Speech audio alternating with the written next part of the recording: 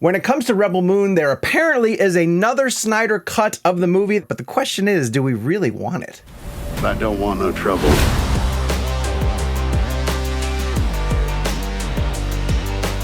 We're not here to bring any. Hey guys, it's Sean O'Connell, the managing editor at CinemaBlend, here with a review of Zack Snyder's new film, Rebel Moon Part 1, A Child of Fire. This is coming to Netflix after being in a select few theaters, and by few, I think I mean 4 theaters overall. It's the 2-hour and 15-minute cut of the first part of Rebel Moon, but we're already hearing from Zack Snyder himself that a longer version of the film exists somewhere out there and that we're going to get to see eventually. So I'm going to review this one. This is going to be a spoiler-free version of the review. I'm going to dance around any of the big specific reveals that happen, but we're going to have to talk a little bit about the story points. It's all stuff that you know from the trailers. So you can go on and watch this one having not seen Rebel Moon Part 1 just yet. I don't want you guys to be ruined on anything. I want you to experience it and enjoy it for what it is. Now, this is a Zack Snyder movie that we're talking about, so of course we're going to discuss the fact that it is visually stunning, but this is a Snyder screenplay also, one that he's been working on for decades at this point. He admits that it's borrowed from Star Wars, so it is a little bit narratively unoriginal. And without a question, this is part 1, so it's half a story. I'm going to describe all of that to you guys and tell you how it fits into the overall narrative of Rebel Moon. And then we're going to talk about that director's cut and whether we're going to get a chance to see it and how much it's actually going to help. So without further ado, let's dig into a spoiler-free review of Zack Snyder's new film, Rebel Moon Part 1. Shh, one moment. I do love this part. Let's start at the very top, which is the fact that this is a Zack Snyder film, so of course it is going to be visually spectacular. Zack worked as a commercial director for 12 years. He learned how to move very quickly, to run and gun, to shoot his own films. He works as his own cinematographer. He's a master of slow motion, and all of that is in effect here in Rebel Moon. He's been, playing around with the ideas of science fiction and fantasy in a number of his films leading up to this, and the way that he choreographs his battle sequences and, calculatedly uses slow motion to emphasize some of the brutality of combat, and all of that's on display in Rebel Moon. Like right from the very beginning, you can tell that Zack is invested in the world building that's happening here, and there are shots throughout the course of this movie that are legitimately jaw-dropping. Like Zack's a visual master. There are also a couple of shots throughout this movie that look really bad green screeny, and they're jarring. Like it actually kind of took me out of it a bit, where it looked like a bad spaceship, prop sort of being flown through certain things. Or there's a bit with Tarek as he's trying to tame this beast, this winged beast that looks green screeny. There's no other way to really describe that, and maybe seeing it on the big screen sort of emphasized how that looked, but overall, the look of Rebel Moon is really fantastic. Now, I want to point out something that is specific to me and is affecting my review, which is I got a chance to go to the Rebel Moon set in Los Angeles earlier in 2023, which was fantastic to get some great insight behind Zack's creative process. But one thing that we left that set visit with is that each time Sofia Boutela's character went to a different world to recruit a new member of this army that she's putting together to fight against the Allied forces, each of those worlds was going to look visually different. In one of them, it's supposed to look like a samurai world, a samurai planet. And the Snyders were talking about the fact that they wanted that to almost be a reference to the Kurosawa films that Zack is inspired by. On one of the more futuristic worlds, it was almost going to be Zack's homage to the world of Blade Runner that Ridley Scott established back in the 1980s. So I got really excited that, like, when we go to visit these different worlds, almost not unlike the way that Spider-Man Across the Spider-Verse, whenever they went into a different multiverse, it looked completely different. It took on a whole new artistic look. I thought we were going to get a little bit more pronounced versions of that in this movie, and the worlds don't look that different in Rebel Moon. They all still have this sort of earth-tony, washed, rain-soaked look that you're in a different place because you're following the story along, but they don't stand out as visually as I had hoped. But again, that's me because I got to go to the set and I have that sort of preconceived notion. I'm not going to really count that much against the movie, but I would have loved to see some of those worlds that they stop off on visually pop in a way that I just don't think that they do in the finished product. All right, let's get to the fact that the script, however, and the overall story is narratively unoriginal. You have seen this done before. Now, to me, it jumped out that this is just A Bug's Life done in live action. Yet I understand that A Bug's Life was, of course, Seven Samurai, and that's a movie that has influenced Zack's filmography over the years. Here's the setup. There's a farming community that is existing in peace, though under the thumb of an oppressive regime. A strong colonel from that regime shows up and demands that the farmers produce crops to supply the soldiers in the regime. The farmers know that they can only produce a certain amount and it's going to leave them starved. And so instead of using their time wisely to grow the crops that are demanded of them, they recruit a bunch of soldiers from a number of different places who come together to fight on behalf of the farming community and push back against the resistance. Again, we've seen that story done a million times before. We're probably going to see it done a million times from this point forward. I was kept waiting for like a new angle, something to really turn itself in. And there's one or two things to come that I won't spoil for you guys. I'll let you guys figure it out for yourselves, but not enough that made me be like, that's why Zack wanted to do Rebel Moon and do it from this version. Like, it's still just Seven Samurai, and it's Seven Samurai in space. Like, that's the pitch. Hey, what if we did Seven Samurai, but we did it in space? And that's what you got. And so if that's what you're looking for, that's what Rebel Moon delivers, but it really doesn't deliver a whole much more beyond that, unfortunately.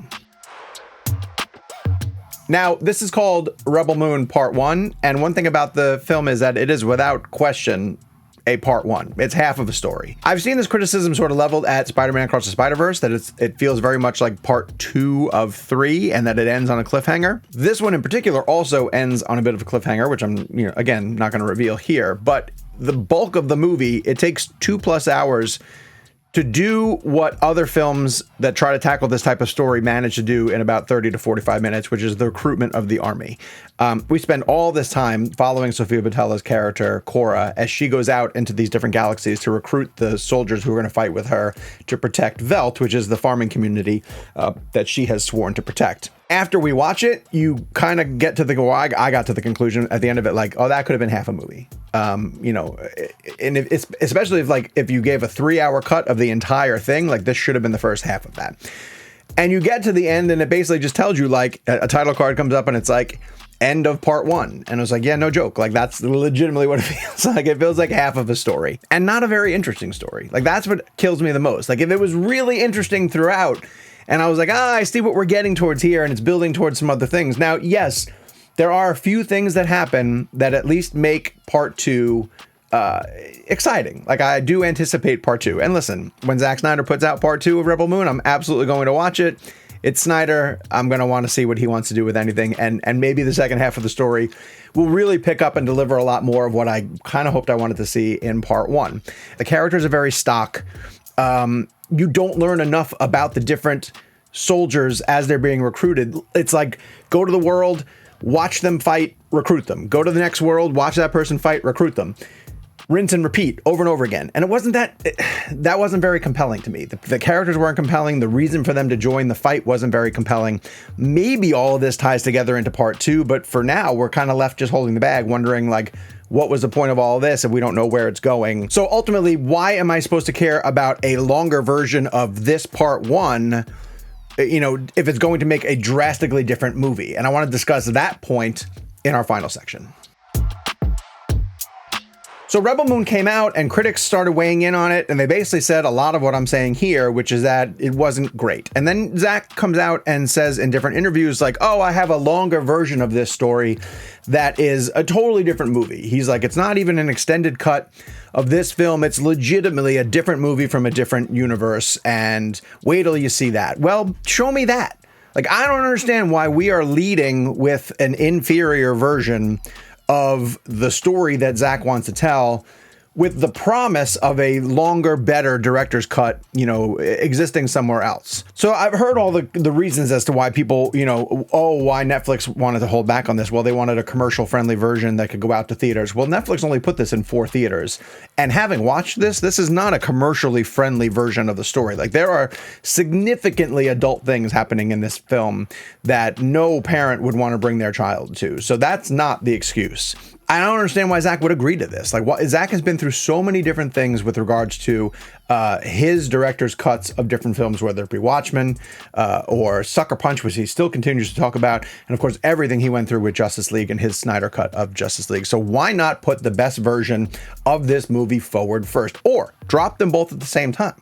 Like, give the PG-13 version, the 2-hour version for people who are interested in that, and give the 4-hour cut with all the Snyder goodness at the exact same time. At the moment now, we don't even know when the longer cut of Rebel Moon is going to come out. We know the part 2 is due to come in April, so I assume that the longer version is going to come sometime between there, but no one knows. It hasn't been revealed. So we're left to judge the one that we have, which isn't great. And then all we get are these promises that, like, there's a better, longer version somewhere out there. Well, I don't know why we haven't seen that one, because all you've done now is sort of turn people off to the idea of the Rebel Moon concept as a whole, and maybe make casual fans not that interested in part 2, which is a big mistake, in my opinion, if you're trying to get people excited about a world that you're going to build. All of that being said, I'm ultimately going to give Rebel Moon Part 1 2 stars out of 5. I wanted to go higher. I really did. I think visually it's impressive, although, like I said, a few of it's a little bit sketchy. The characters are just so rote.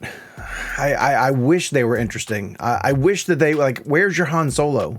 You know, where is your Princess Leia? Where are these characters that stand out, that grab the screen? Because I love actors like Jaimin Hansu, and Sofia Boutella is great as Cora. Cora is actually a really interesting character. She's the main reason I will come back for part 2, because I want to see what happens with that character. Ed Skrein is a villain template brought to life, unfortunately, and it's the writing. It's not really the performances; it's the writing. It's the way that these characters are conceived, and it's the journey that they get put on that is just disappointing, because we've seen it all. We've seen this done before. You know, maybe not better visually, but we've seen this story play out before, so I can ultimately only go 2 stars out of 5. Doesn't mean I'm not excited for part 2. Listen, whatever Snyder puts out, I want to see. He's one of those visionary filmmakers, you know, not unlike a Ridley Scott, that even if they deliver something that you're like, that was a bit of a miss, you know, but what do they have coming next? I'm on board. I'm 100% on board. I just don't get why this whole situation is really strange to me. I don't understand why there is a longer, you know, different version of this movie out there when you're working with Netflix, a streaming service that legitimately has no limitations and can deliver anything that you want. Like, put that cut out now. Once you guys check out Rebel Moon, head back here, go to the comments, let me know what you think. Tell me how much you vehemently disagree with me. Or, you know, let me know that maybe you had the same, that it had the same effect on you as you decided to watch it. Zack is legendary for his director's cuts. I anticipate that I'm going to respond differently to the director's cut of Rebel Moon. And, you know, maybe one day we're going to have this ginormous 6-hour cut of Rebel Moon Part 1 and Part 2 crammed together, and it'll be the epic story of Korra. But until that happens, this is what we have, and this is what we can discuss. Keep it here on CinemaBlend for all your entertainment needs. Make sure you hit subscribe, turn on your notifications, share the channel with your movie-loving friends, and we will see you back here for more entertainment coverage from CinemaBlend.